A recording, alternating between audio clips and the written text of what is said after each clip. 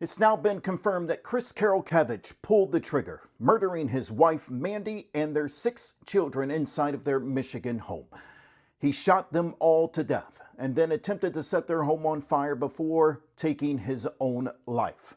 Now the investigation turns from how did this happen to why did this happen, and we may have some clues already, as many of you have sent me a Reddit group featuring a profile named Mandy K1179.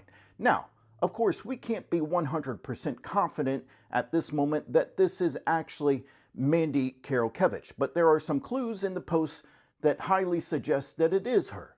Take a look at this post, for instance, and it speaks about possible infidelity between her and Chris. 1 year is nothing. My husband had an extramarital affair 4.5 years ago. I still suspect that it was more than physical than he's ever admitted to, and I still have major triggers from time to time. Day to day, we're great, but when I get triggered, it's shattering. We recently started marriage counseling, and our therapist had to make it clear to him that years from now, decades from now, I will get triggered, because that's how trauma works. An affair is inflicting trauma on your partner. Just know, even when things are good, this is forever a part of your spouse's psyche. Even when things are good, I just think of my husband's infidelity, mostly just in passing now. But he was shocked to hear that it's in my brain daily. It takes tremendous privilege to get to move on to that point, that it isn't something that's forever marked in your brain. For me, forgiveness is moving forward together, but that doesn't erase it from my brain. So I guess you'll have to be clear on what you see as forgiveness and what your partner sees as forgiveness. And now take a look at this post. Now remember, they're responding to others posting about their infidelity. And Mandy says here, nope, it's also my WH's birthday. So I told him I didn't even want to acknowledge our anniversary and only celebrate his birthday going forward. For a few years after I just couldn't. Now we're at our 5th day since D-Day, talking about the affair, and I finally can kindly acknowledge it, but a full-blown celebration feels kind of like fraud to me. It's just more of a day of grief for me now because the marriage I always thought I had never actually existed, which still makes me sad, but it is what it is. And now here's where it gets interesting, and it makes you wonder, it makes you truly wonder what happened in the home on July 24th. She posts this, and these are from 2 years ago. Yes, I shoved him. I don't feel bad. He towers over me and destroyed me mentally. It felt like I was being assaulted and needed to fight back. I think it's a fight or flight thing.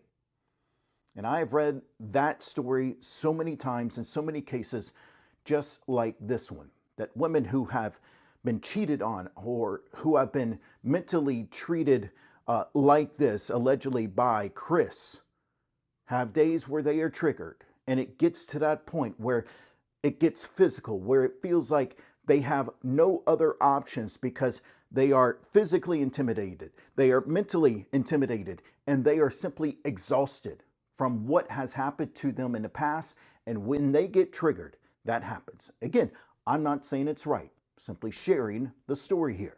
Now, for those of you questioning whether this is Mandy herself, here's a post that gives us kind of insight to it being her. We have 6 kids. They are why I worked for R. I would not have stayed if we didn't share them, or even if they were out of the house. I probably wouldn't have stayed. I kept telling myself I love my kids more than I hate my husband right now. They have no idea. I faked it till we made it. We're in a much better place 4.5 years out, but it's still a fight to stay in a healthy place. There's also reports that Chris Karolkevich lost his job at the American Heart Association, and there's several posts from this Reddit group that suggests he has been in and out of jobs on a regular basis, that he has been unemployed on a regular basis, and that has been a struggle for their family. I've reached out to the American Heart Association to try and confirm his employment status. Allegedly, and I have not heard back yet, but allegedly he lost that job back in June. And keep this in mind, as I reported the other day, Mandy took a trip without her family, just her and her two adoptive daughters, and everyone else stayed behind recently to China.